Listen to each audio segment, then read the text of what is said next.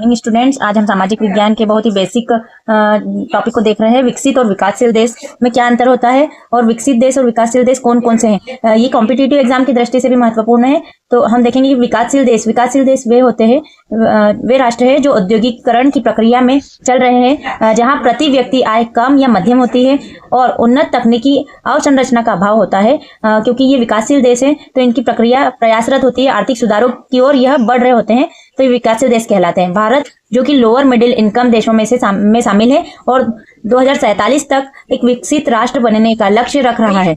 तो विकासशील देशों में भारत भी आता है। और विकासशील देशों की मुख्य विशेषताएं क्या है? यहाँ पर निम्न और मध्यम आय वाले व्यक्ति होते हैं, प्रति व्यक्ति आय कम होती है, आर्थिक निर्भरता होती है, कम तकनीक वाले उद्योगों पर व्यक्ति यहाँ पर निर्भर होते हैं।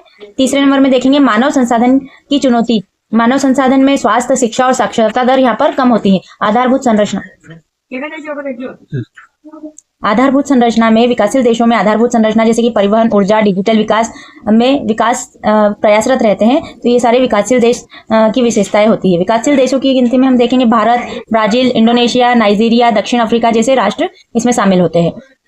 अब हम देखेंगे विकसित देश, ऐसे देश जहां औद्योगिकीकरण की प्रक्रिया पूर्ण हो चुकी है, वहां आय प्रति व्यक्ति उच्च आय होती है और इसका औसतन लगभग प्रति व्यक्ति 50,000 तक रहता है और यह उन्नत देशों की गिनती में आते हैं। वहां बेहतर जीवन स्तर होता है और ये देश विकसित देश कहलाते हैं। विकसित देश में नॉर्वे जो कि सबसे बड़ा लोकतांत्रिक और विकसित देश माना जाता है। संयुक्त राष्ट्र अमेरिका जो कि अर्थव्यवस्था की दृष्टि से विकसित देश है। जापान उच्च तकनीक और औद्योगिक दृष्टि से विकसित देश है।